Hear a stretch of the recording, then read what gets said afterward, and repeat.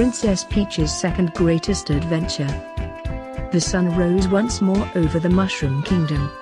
Its light shone through the drapes of her bedroom, but Peach had already been out of her bed for quite some time. She watched the sunrise, feeling its warmth embrace her skin, but not quite as warmly as it had in the days before.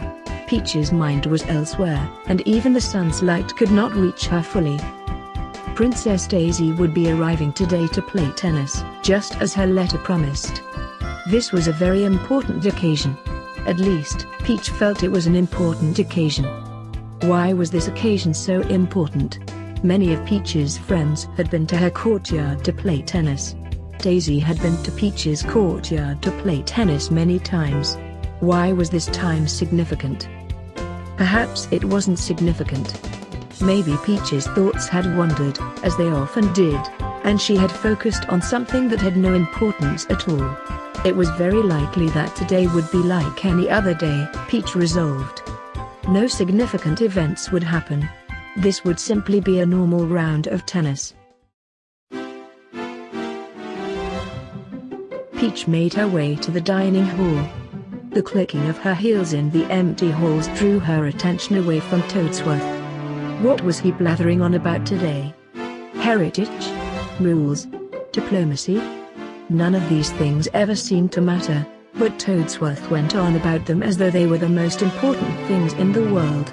Peach always seemed to be in violation of some long-standing tradition or societal convention, but the only consequence seemed to be more lectures, more blathering, and more conversations that made Peach fall asleep.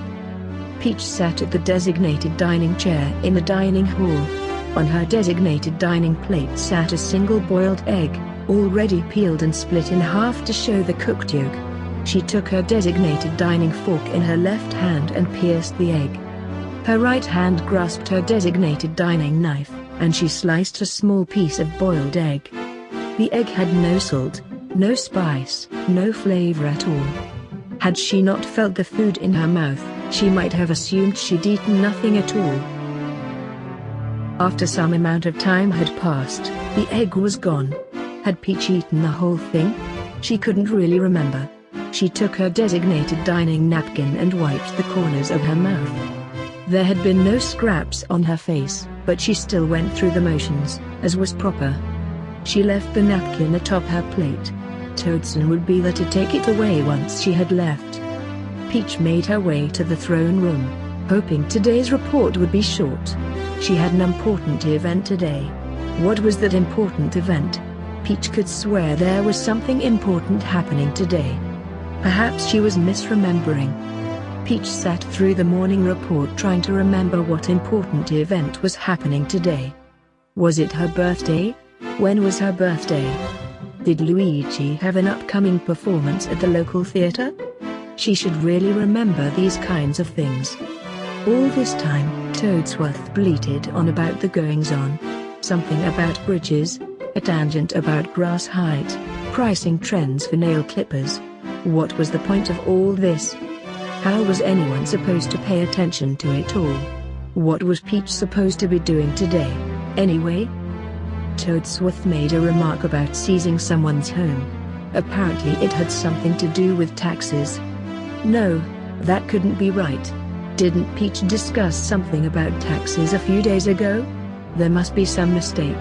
Peach tried to raise an objection, but as her thoughts formed, Toadsworth had already gone through several other topics.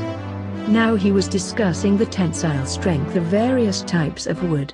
What was Peach about to object to?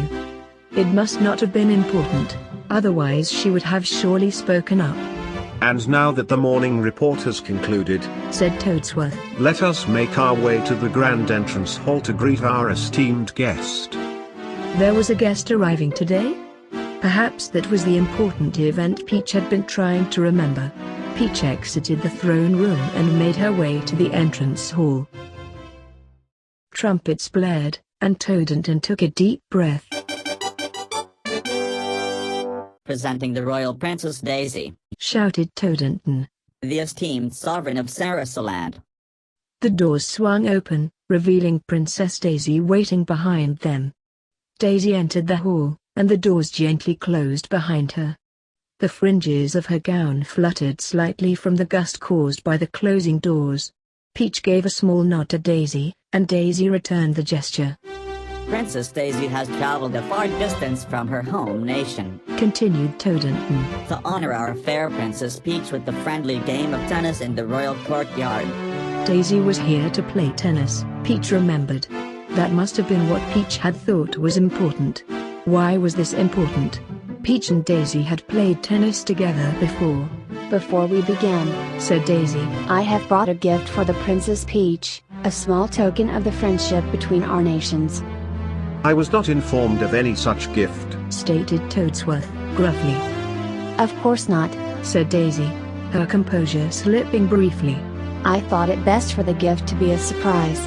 Many good things can come as a surprise, a relationship between two nations, a friendship between princesses, a smack to a stuffy old attendant's head. Why, I never. Huffed Toadsworth. I hardly think such arrogance would be able to. Now, Toadsworth, interrupted Peach. I'm sure Princess Daisy's remark was in jest. In any case, I would very much like to see this surprise gift. Peach walked towards Daisy, and stood in front of her.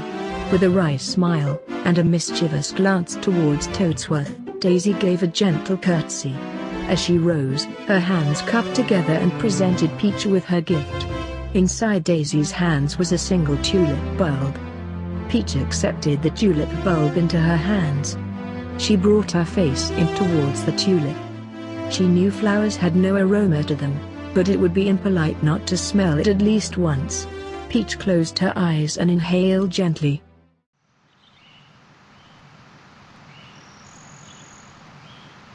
The tulip smelled like a field of grass in the afternoon. It smelled like warm sunlight and fresh bed sheets. Its aroma was slightly sweet. The tulip felt fragile in her hands, like a precious, newly hatched bird. This feeling was strange, yet inviting. Peach had never felt these sensations before, and yet she was certain she had once. As she opened her eyes, Peach's gaze met Daisy's. Daisy gave a gentle smile. Well, Said Toadsworth, interrupting Peach's thoughts. this was certainly a thoughtful gift. I'll take good care of this while the two princesses get ready for their match. Yes, they needed to get ready for their tennis match. They couldn't very well play tennis in their royal attire. Their dresses would become sullied and torn. Not a proper look for two rulers of two powerful nations. Once in their royal tennis attire, Peach and Daisy made their way to the royal courtyard. Toadsworth led Peach, and Toad Exington led Daisy. Despite their shared destination, the princesses traveled apart, the width of the hallway separating them. The doors to the courtyard were pulled open, revealing the royal tennis court. The tennis court was entirely indoors, lit by artificial lights that mimicked the color of sunlight, but did not radiate its warmth. A mural across the walls depicted a simple landscape of rolling hills and a blue sky. Daisy took her position at the near end of the court. Peach made her way to the far end. The doors gently closed behind them. Daisy began to serve. Peach watched as the tennis ball rose from Daisy's hand. Gravity's pull slowed its ascent. For a brief moment it appeared to be suspended motionless in the air. Tulips. Daisy had gifted her a tulip. The ball began its descent back to Daisy's hand, but that hand had already left its path. As the ball fell towards the ground, Daisy's racket came swinging behind it, ready to forcefully change its trajectory. Tulips. Why had it not been a daisy? It was the princess's namesake, after all. Perhaps it would be too on the nose. Maybe Princess Daisy had thought giving Peach a daisy might send the wrong message. The racket made contact with the ball. The tennis ball compressed a bit from the force, anticipating its launch towards Peach's side of the court. Tulips. What message would a gifted daisy send, and why would it be the wrong message? What message does a tulip send? Is it the right message? Was the message Daisy had sent the same one Peach had received? Peach, Daisy called out. are you all right? The ball went past you, and you just stood there. Peach looked behind her. The tennis ball was resting on the end of the court, completely stopped. It was so strange to see it lying there, when just moments before it had been in motion. "Sorry," Peach replied. "It seems I got lost in a train of thought. I'll tuck it away for later so we can focus on our match." "It's alright, Peach," said Daisy. "We don't have to play today if you've got a lot on your mind." "No," Peach shouted nervously. Her response sounded much harsher than she intended. She composed herself before continuing. "No, I'm quite all right. You traveled such a long way for this game of tennis. It would be very rude of me not to keep our arrangement." "Well," said Daisy, "if you're sure you're up for it. Would you like to serve this time?" Peach nodded. She walked to the ball and picked it up. From her starting position, she launched the ball into the air and smacked it with her racket. Her serve was forceful enough to push the ball to Daisy's end of the court, but gentle enough that the visiting princess would be able to intercept it. Daisy dashed towards its anticipated trajectory. Tulips. Why had Peach been so nervous at the thought of Daisy leaving? Why had Peach been so excited at Daisy arriving? Why had the tulips smelled so sweetly? No. Now was not the time to be lost in thought. They were in the middle of a rally, and this match deserved Peach's attention. Daisy deserved Peach's attention. Peach returned her focus to the court. Strangely, all she could see was green fluff, interrupted by white rubber curves. The fluff grew and filled her vision, until suddenly Peach saw nothing. The darkness gave way to red, and then a blinding white. A fuzzy voice was calling out. A blurry figure slowly came into focus. "Peach," called Daisy, nervously. "Peach, are you okay? I'm so sorry, I shouldn't have." Tulips. Daisy had given her a tulip. Daisy had two lips. Even in the dull light, they glistened. They looked so soft. Daisy's two lips were painted pink, the hue just a touch unnatural. Peach wondered if she had a lip gloss like the one Daisy used. Why had she worn lip gloss for a tennis match? Peach smelled a faint aroma, something sweet and familiar. It had to be Daisy's lip gloss. Her face was so close. Peach could feel the slight warmth of her breath. Daisy's two lips were still frantically forming words. Peach really ought to pay attention to what they were saying. "Please," Daisy called, nearly on the verge of tears. "Please say something, Peach." Tulips. Daisy's two lips smelled like tulips. Peach had two lips, too. "I'm so sorry," cried Daisy. "It was stupid of me to even ask to play tennis today. Of course you'd be busy today. You're the princess. I should have." Tulips. Daisy's two lips felt warm and soft pressed against Peach's two lips. Peach wished she could feel this moment for an eternity, but she really needed to respond. Daisy was so distraught, even though she didn't need to be. "I'm sorry," Peach said, calmly. "I didn't mean to make you worry." Daisy sat there, speechless. She stared blankly back at Peach. Peach stood up, and began walking to the other end of the court.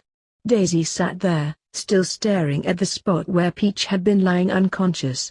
Peach made her way back to the castle halls. As the door closed behind her, Peach felt the warmth leave her body. Stupid. Peach had just done something stupid. The realization slowly crept up her body. She started her journey back to her bedroom. Awful. What had she been thinking? What terrible thoughts had made her believe such actions had been justified? The tulip had meant nothing, a useless weed plucked from the side of the road and presented as a half-hearted formality. Peach's walk became a sprint. Vile. Despicable. Peach had ruined her friendship. No, she had done much worse. She had forced herself on the sovereign of another nation. Sarasaland would declare war on the Mushroom Kingdom, a craven nation, led by a cruel tyrant who used her power to prey on the innocent. Peach was not fit to lead, and now her people would be forced to pay the price of her heinous actions. Tears began to cloud Peach's vision. She nearly stumbled over Toadruxen as she ran towards safety. Peach burst into her room. She slammed the door behind her and locked it tight. Peach collapsed onto the floor and began to cry. She did not cry silently, as she had learned to do in her youth. Peach wept a loud, wailing sob. She cried until her tears ran dry and her voice went silent. Terrible. Disgusting. Horrible. Peach was no ruler. She was unfit for the throne. She did not lead. She did not help. She abused her powers. She betrayed the trust of others. It would be best for everyone if she were gone. She should disappear, run away into the night and never be seen or heard from ever again.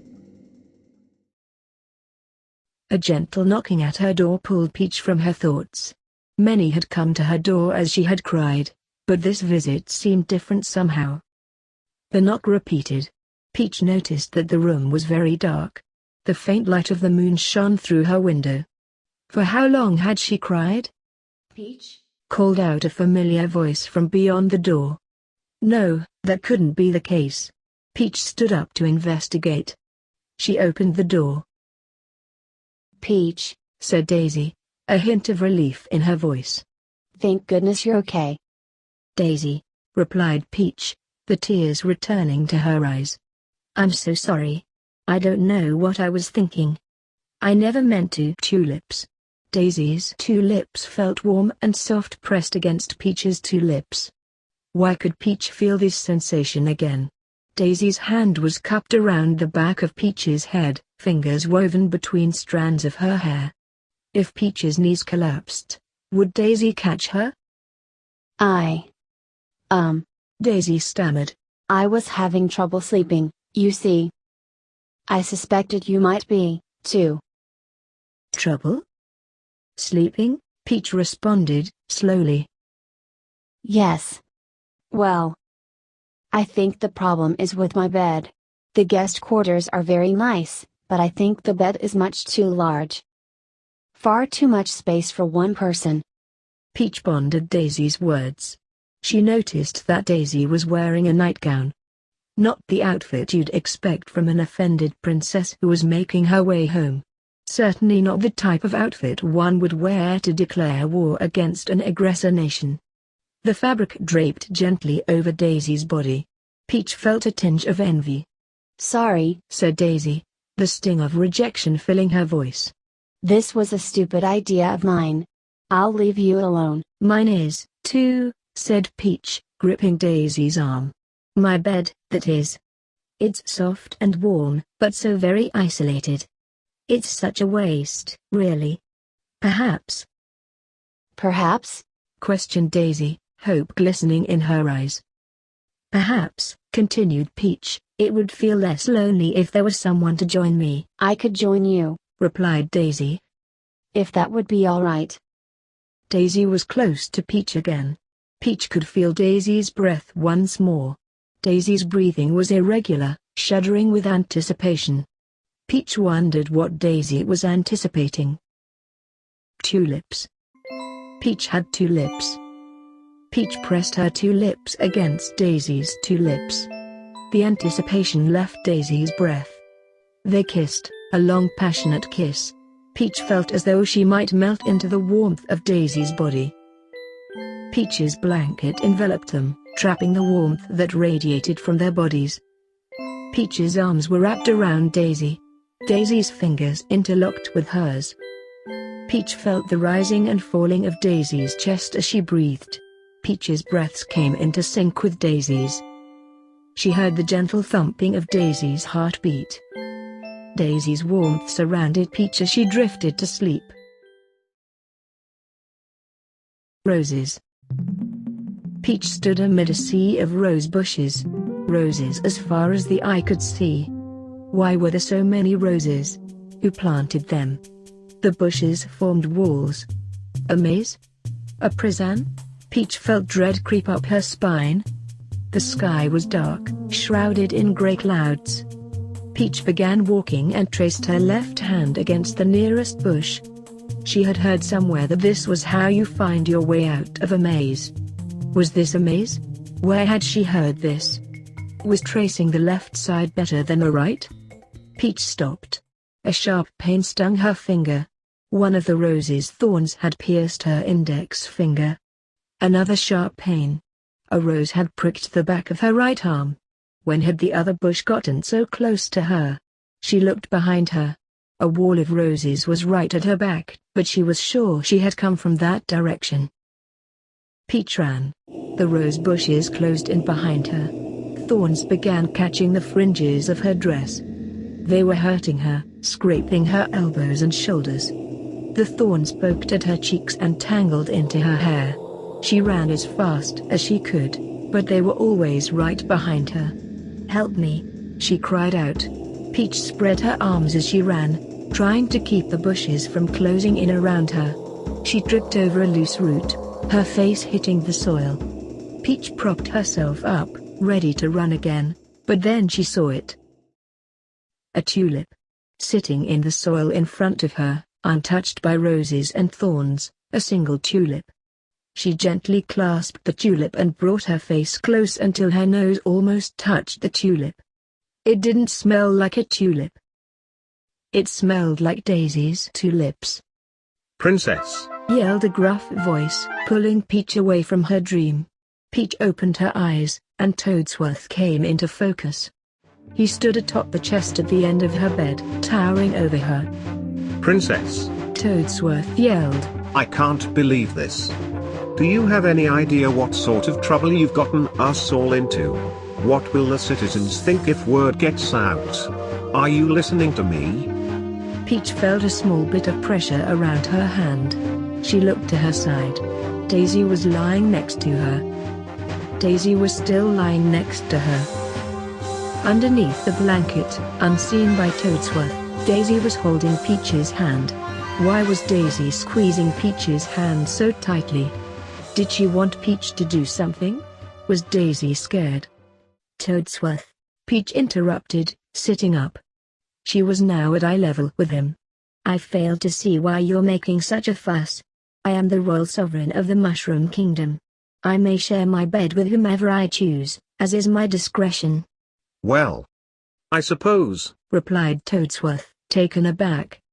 However, Furthermore, Peach interjected, Princess Daisy is the royal sovereign of Sarasaland. She may share her bed with whomever she chooses, as is her discretion. If two royal sovereigns of their respected nations both choose to share a bed with one another of their own accords, I fail to see how this is cause for any alarm. Under the covers, Peach squeezed Daisy's hand. Daisy's hand relaxed, but did not let go. Perhaps her nerves had calmed. Now see here, retorted Toadsworth, regaining his resolve. Yes, you may have the discretion to choose who you lay with. However, you failed to consider the implications inherent to Toadsworth, Peach said, gentle authority supporting her voice. How do we spend our tax revenues? Our tax revenues? Stuttered Toadsworth. Yes. I'm very interested to see where the kingdom's finances are spent. I expect you should be able to deliver me a detailed report today by lunchtime. One that accounts for every single coin collected from our citizens. Of course, replied Toadsworth, meekly. Is that all? One more thing, said Peach. Tell the royal cook, Toadessica, that she may take the rest of her day off. I wish to use the kitchen today to make breakfast with my... Peach paused. What was Daisy to her? No, she knew the answer to that. What was she to Daisy? Would it be wrong of her to assert a label? There wasn't time for this, she had to stay focused. My companion, Peach continued.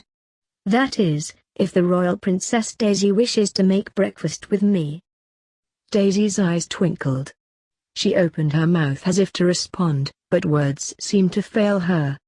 Instead, she placed a hand on Peach's cheek, and planted a gentle kiss on her lips. Ahem. Toadsworth coughed, a look of slight revulsion on his face. Yes, I will certainly see to it that your orders are carried out. I will. I leave you to your discretions. Toadsworth sheepishly left the room. He gently closed the door behind him, embarrassed.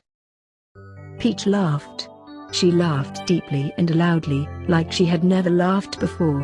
She laughed so much her eyes had begun to water and her cheeks started to ache. Daisy pulled herself closer to Peach, as if she wanted to feel the shaking of Peach's laughter more directly. As Peach's laugh subsided, her hand glided toward Daisy's face. Gently, Peach traced a finger through Daisy's hair. Daisy looked up at her. "So," said Daisy, softly, "I am your companion? Is that the label you want for us?" "Us." Daisy had said us. "It's not the label I'd prefer," said Peach, "but I think there's a more important question. Is there a label you'd prefer for us?" "Us." Peach had said us, too. Daisy blushed, and then gathered her thoughts. After a long pause, she began to speak. "I'm not really one for labels," said Daisy. "I think I just want to be yours." "Well then," said Peach, "I would be happy for you to be mine, but only if you'll have me as yours in return." Daisy quickly pulled Peach in, as though the mere inches between them had been a vast chasm separating them. She kissed Peach passionately, binding them together. No force could ever be strong enough to tear them apart. Two lips. Daisy's two lips felt warm and soft pressed against Peach's two lips.